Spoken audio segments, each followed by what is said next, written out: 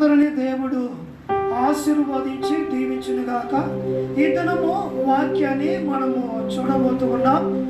ఏంటి ఆ వాక్యము, ఏంటి ఆ అంశం అంటే కాపాడుకోవాలి. ఈ దినము వాక్యాంశము ఏమనగా కాపాడుకోవాలి. కాపాడుకోవాలి అనేటువంటి అంశం పైన వాక్యాన్ని ఈ దినము మీతో మాట్లాడబోతూ ఉన్నాను. కాపాడుకోవాలి. దేనిని కాపాడుకోవాలి? ఆస్తులను కాపాడుకోవాలా? బంగారమును కాపాడుకోవాలనా? వెండిని కాపాడుకోవాలనా? డబ్బుని కాపాడుకోవాలనా? అందాన్ని కాపాడుకోవాలనా? బట్టలను కాపాడుకోవాలనా? ఇంటిని కాపాడుకోవాలనా? వేటిని మనం కాపాడుకోవాలి? ఇది వాక్యాంశము. దేనిని మనం కాపాడుకోవాలి? ఈనాడు చాలా మంది వేటినే కాపాడుకుంటున్నారు. వారి భక్తి జీవితాన్ని కాపాడుకోవటం లేదు. భక్తి జీవితాన్ని కాపాడుకోవాలి గురించి అంశాన్ని ఇద్దరు మీతో మాట్లాడబోతున్నా. పరిశుద్ధ బైబిల్ వాక్యాన్ని మనం చూద్దామండి. ద్వితీయోపదేశ కాండము 4వ అధ్యాయము 9వ వచనాన్ని మనం చూద్దాం. ద్వితీయోపదేశ కాండము 4వ అధ్యాయము 9వ వచనము. అయితే మీరు జాగ్రత్త పడము,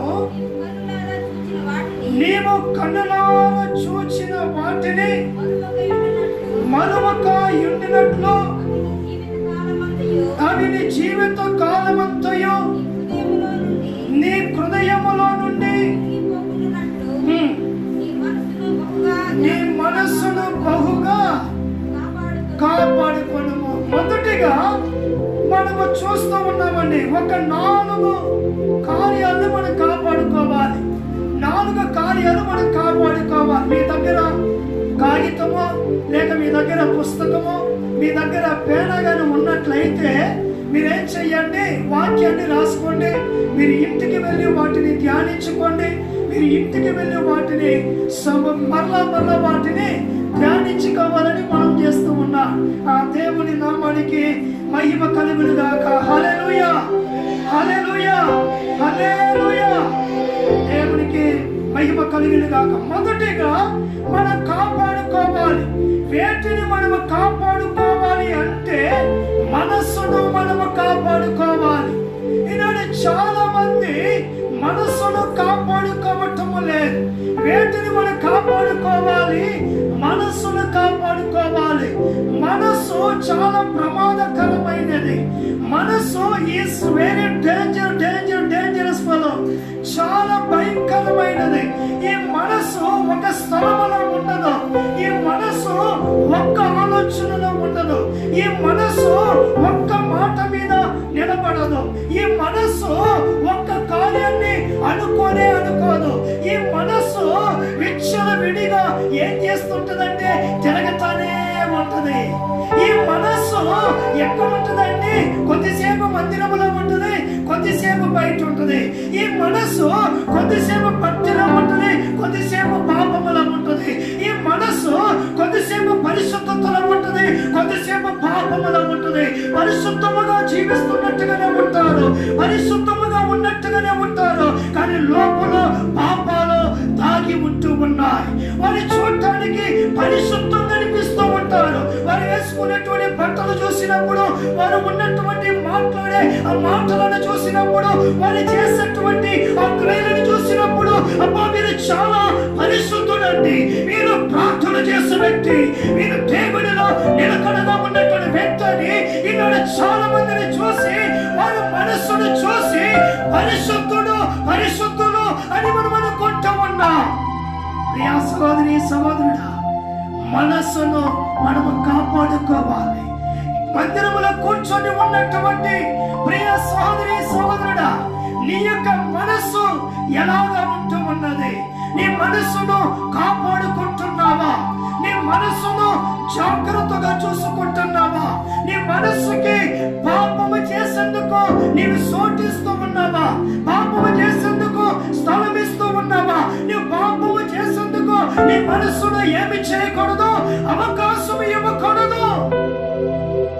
నీ మనస్సు ఎలా ఉన్నది? నీ మనసుని కాపాడుకుంటున్నావా? నీ మనసుని కాపాడుకుంటున్నావా? సాతానుడి జీవితం అంతా ఈరోజు ప్రార్థన పొద్దులే, ఈరోజు ఆరాధన కొంతలే, ఈరోజు ప్రార్థన చెయ్యొద్దులే, ఈరోజు మందిరానికి వెళ్ళొద్దులే, ఈరోజు ఎక్కడికి వెళ్ళిపోదాం అని సాతానుడు ఏం చేస్తాడంటే మనస్సును తిప్పుతూ ఉంటాడు.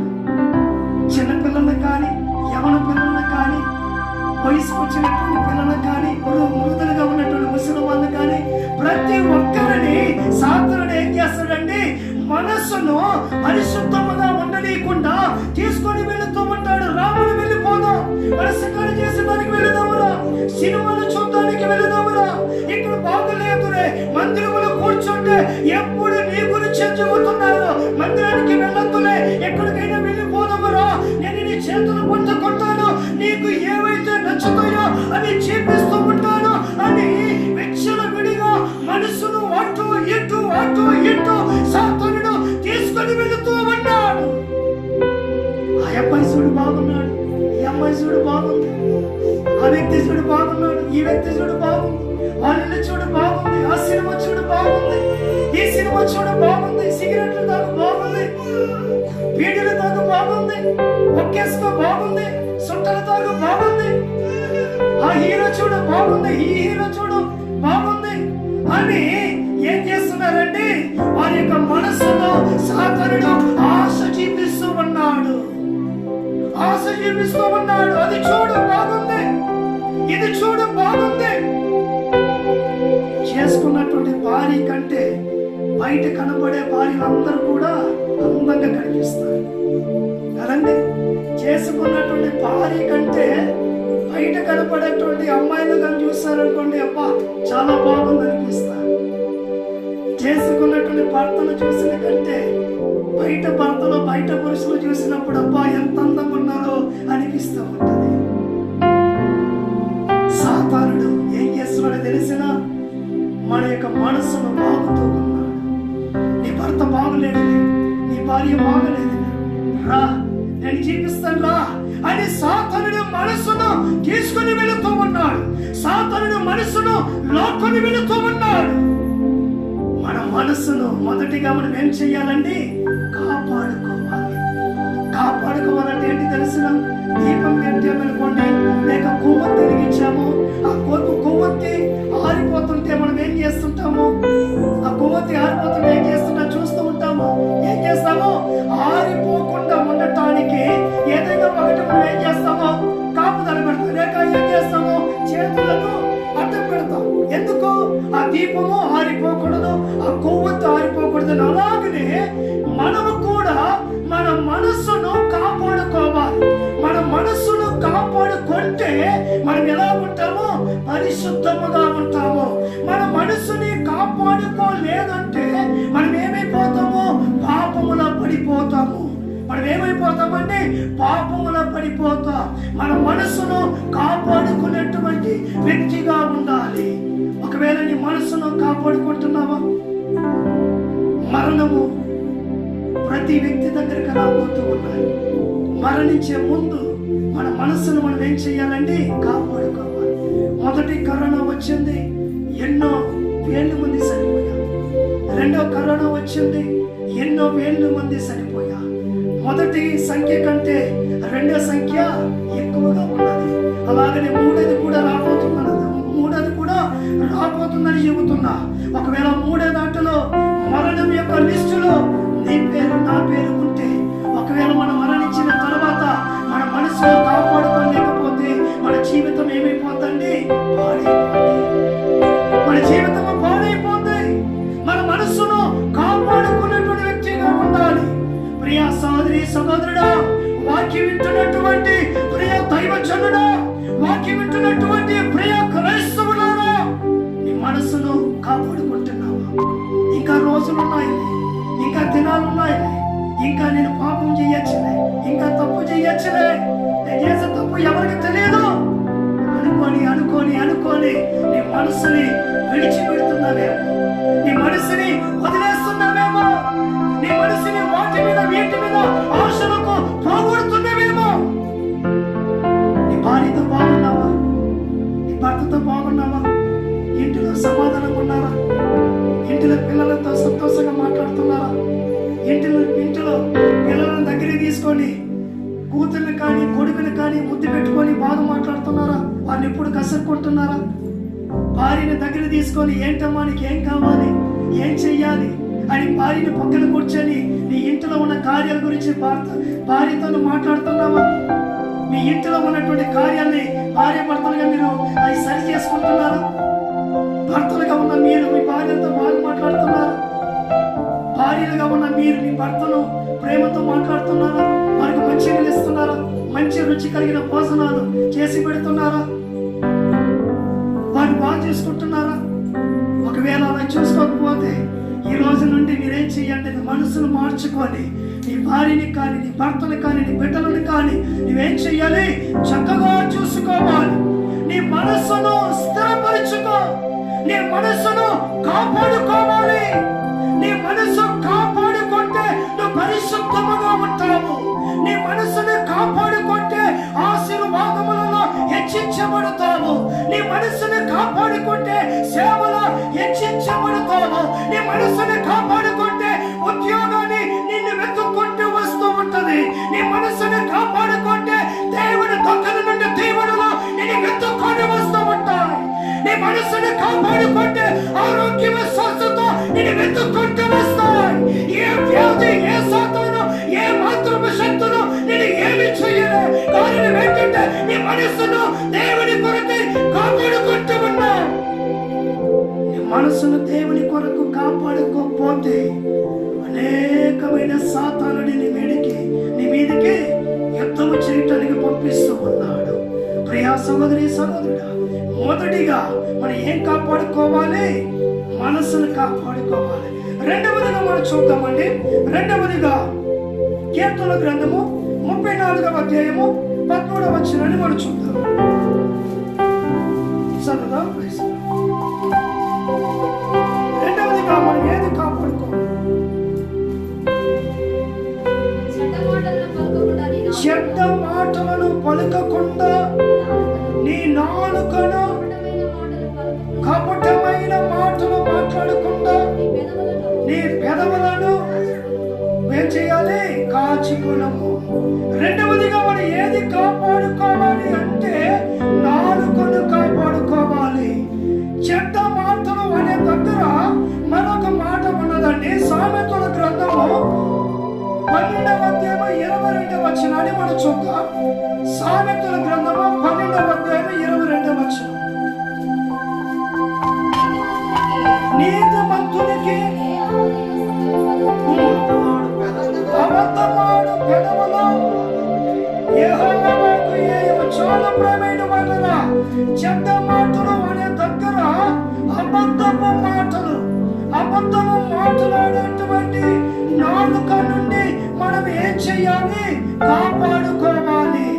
ఈనాడు మన నాలుక ఏం చేస్తూ ఉంటామన్నదని అబద్ధాలు మాట్లాడుతూ ఉంటామన్నది. పనికిరాని మాటలు మాట్లాడుతూ ఉంటామన్నది.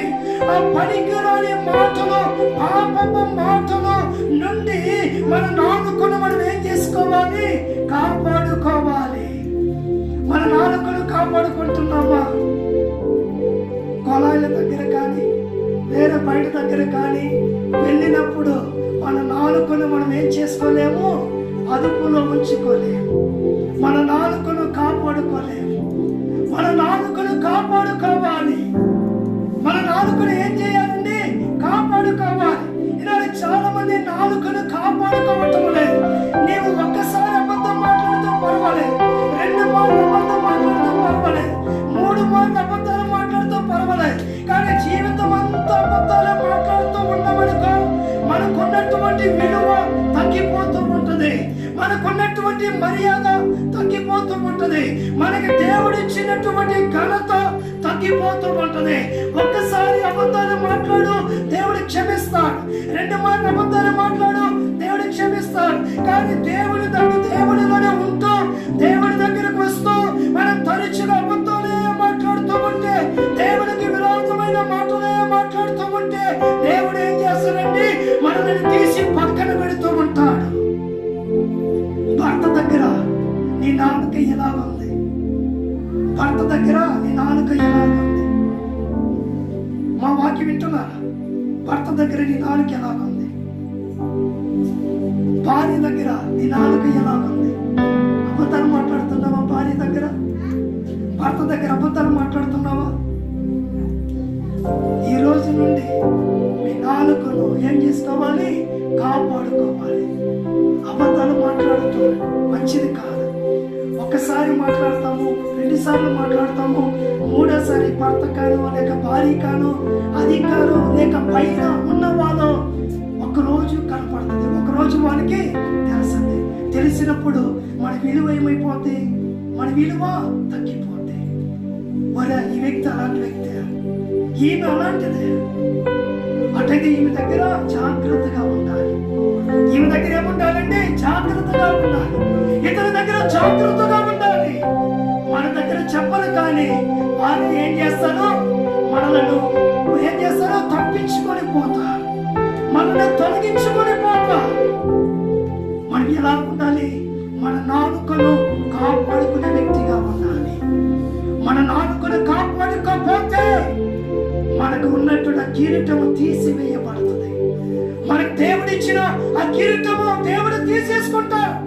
నీవు ఎప్పుడు అబద్ధాలు మాట్లాడుతున్నటువంటి వ్యక్తివి, నీకు కిరీటం అవసరం లేదు, నీకు పరిశుద్ధత అవసరం లేదు, నీకు ఆశీర్వాదం అవసరం లేదు. ఇచ్చేసి దేవుడు తీసేసుకుంటాడు. నీ నాలుకను కాపాడుకో. ఇది ఒక తీర్మానం చేయి. ఒకవేళ ఎంత మనకో వాక్యం వినక విక్షణ విడిగా నీ నాలుక తిరుగుతూ ఉండేదేమో, ఎలా పడతావుగా మాట్లాడుతూ ఉండేదేమో, ఈరోజు ఒక తీర్మానం చేయి. నా నాలుకను కాపాడుకుంటా, నా నాలుకను కాపాడుకుంటా. ఒక తీర్మానం చేయి. దేవుడు మిమ్మల్ని ఆశీర్వదిస్తాడు. మూడవదిగా మరొక మాట మనం చూద్దామండి. మూడవదిగా ఏది మనం కాపాడుకోవాలి? కీర్తనల గ్రంథం 34వ అధ్యాయం 13వ వచనం. కీర్తనల గ్రంథము 34వ అధ్యాయం 13వ వచనం. నీ పెదవులను కాచుకో. మూడవదిగా మనం ఏది కాపాడుకోవాలంటే పెదవులను కాపాడుకోవాలి. మన పెదవులను కాపాడుకోవాలి. ఎప్పుడు దేవుని గురించి సొలుగుతూ ఉన్నటువంటి పెదవులు కాపాడుకోవాలి. దేవుడు మేలు చేస్తున్నాడు, దేవుడు ఆశీర్వదిస్తున్నాడు, దేవుడు దీవిస్తున్నాడు. విశ్వాసము కలిగిన మాటలు, సంతోషము కలిగిన మాటలు, ఆశీర్వాదము కలిగినటువంటి మాటలు మనం ఏం చేయాలండి? మన పెదవులతో మాట్లాడుతూ ఉండాలి. అవిశ్వాసము కలిగిన సరుగుతూ ఉన్నటువంటి పెదవులతో మాట్లాడుతూ ఉండకూడదు. ఇశ్రాయేలు ప్రజలు ఏం చేశారంటే, దేవుడు ఎన్ని మేలులు చేసినా, ఎన్ని ఆశీర్వాదాలు ఇచ్చినా సరుగుతూనే ఉన్నారు. ఏమిచ్చిండు దేవుడు? ఏమిచ్చిండు దేవుడు? ఏం చేసిండు దేవుడు? ఏం చేసిండు దేవుడు? ఏం చేసిండయ్యా? ఏం చేసిండు? ఏమిచ్చిండు? దేవుడు మా పట్ల చూపలేదు, దేవుడు మాకు ఏమి చెయ్యడు కదండి. కొంతమంది చూడండి, ఎప్పుడు చూసినా దేవుడి మీదనే చెబుతూ ఉంటారు. దేవుడు మాకు ఏమిచ్చిండయ్యా? దేవుడు మాకు ఏం చేసిండు? దేవుడు మా భర్తకి ఏం చేసిండు? దేవుడు నాకేం చేసిండు? దేవుడు నా బిడ్డలకి ఏం చేసిండు? దేవుడు నా ఇంటికి ఏం చేసిండు? దేవుడు నాకు ఆస్తులు ఇచ్చిండా? దేవుడు నాకు ఇల్లుని ఇచ్చిండా? దేవుడు నాకు బండి ఇచ్చిండా? దేవుడు నాకు ఉద్యోగం ఇచ్చిండా? దేవుడు నాకు బంగారం ఇచ్చిండా? దేవుడు నాకు వెండి ఇచ్చిండా? దేవుడు నాకు వస్తువులు ఇచ్చిండా? ఏం ఇచ్చింది దేవుడు నాకు? ఎప్పుడు సులుగుతూనే ఉంటా. ఏమిచ్చిండు? ఏమి చేసిండు దేవుడు? ఏం చేసిండు దేవుడు? నీవు దేవుడికి ఏం చేస్తావు? నువ్వు చేస్తే దేవుడు అడగ. నువ్వు ఏం చేయకపోతే అందుకనే దేవుడి మీదనే మనం మాట్లాడుతూ ఉన్నాం. ఇశ్రాయేలు ప్రజలు ఎప్పుడు సొరుగుతూనే ఉన్నారు. దేవుడు నీళ్ళు ఇస్తే ఏం నీళ్ళు ఇచ్చింది? దేవుడు చేదుగా ఉన్నాడు. అవసరానికి నీళ్ళు ఇస్తే ఏదో ఒక నీళ్ళు తాగొచ్చు కదా. మంచి భోజనాలు దేవుడు ఇస్తే ఆ భోజనంలో ఉప్పు లేదు, ఆ భోజనంలో కారం లేదు, ఆ భోజనంలో నూనె లేదు, ఆ భోజనం చప్పగా ఉంది, ఆ భోజనం నూనె ఎక్కువైపోయింది. సరుగుడు ఎక్కువ, సరుగుతూ ఉంటారు. సరుగుడకు మన నాలుకను ఏం చేయాలి? కాపాడుకోవాలి.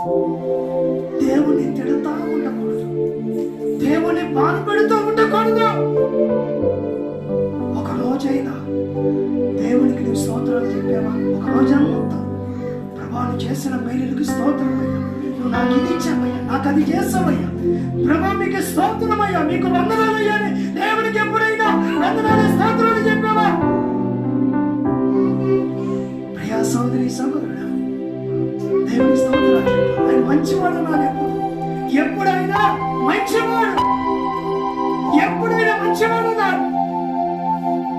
ఇద్దరు వ్యక్తులు పని చేయటానికి వెళ్ళారు, ఇద్దరు వ్యక్తులు పని చేయటానికి వెళ్ళారు. పని చేసేదానికి వెళ్ళి పని చేస్తూ ఉన్నారు. యజమానుడు అక్కడ లేడు. యజమానుడు వారికి ఇద్దరికి పని అప్పగించేసి, మీరు పని చేస్తూ ఉన్నాండి, నేను ఇప్పుడే వస్తానని ఆయన బయటికి వెళ్ళారు. ఆయన బయటికి వెళ్ళారు. ఆ ఇద్దరు పని చేస్తూనే ఉన్నారు.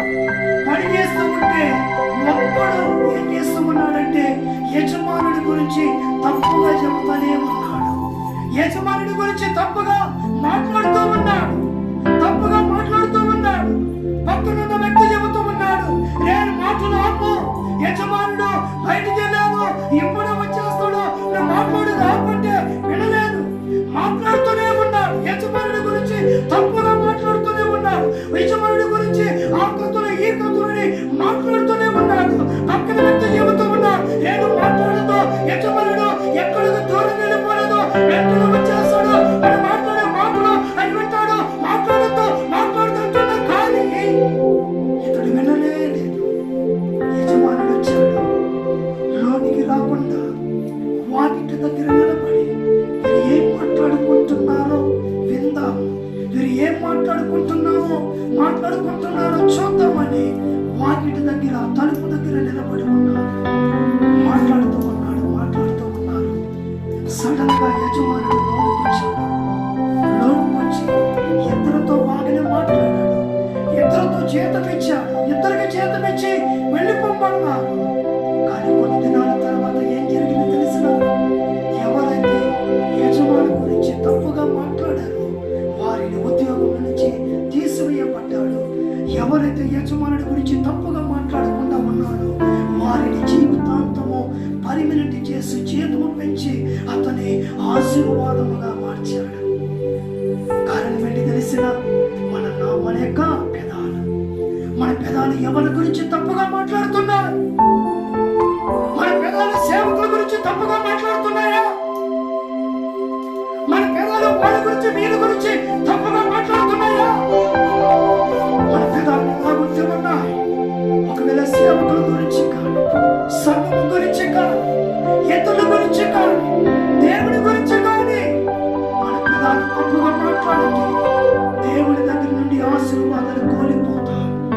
మూడవదిగా మనం ఏది కాపాడుకోవాలంటే పెదాలను కాపాడుకోవాలి. పెదాలు కాపాడుకుంటున్నాము. అందరం కన్ను మూసి ప్రార్థన చేసుకుందాం. ఇంకా అనేకమైన వాక్యాలు ఉన్నాయి. దేవుని చిత్తమైతే తరిచిన వాటిని ధ్యానించుకుందాం. దేవుని చిత్తమైతే తరిచిన వాటిని ధ్యానించుకుందాం. మనం కాపాడుకోవాలి. దేనిని కాపాడుకోవాలి? మొదటిగా మనసును కాపాడుకోవాలి. రెండవదిగా నాలుకను కాపాడుకోవాలి. మూడవదిగా పెదవులను కాపాడుకోవాలి. దేనిని కాపాడుకుంటున్నా? సహోదరుడా, దేవుడు నీతో మాట్లాడుతూ నీ మనస్సును కాపాడుకో. నీ మనస్సును దేవుడిలో ఉంచు. నీ మనస్సును సంగములో ఉంచుకో. నీ మనస్సును యేసయ్యలో ఉంచుకో. యేసయ్య చెప్పే మాటలే నీ మనస్సు వినని.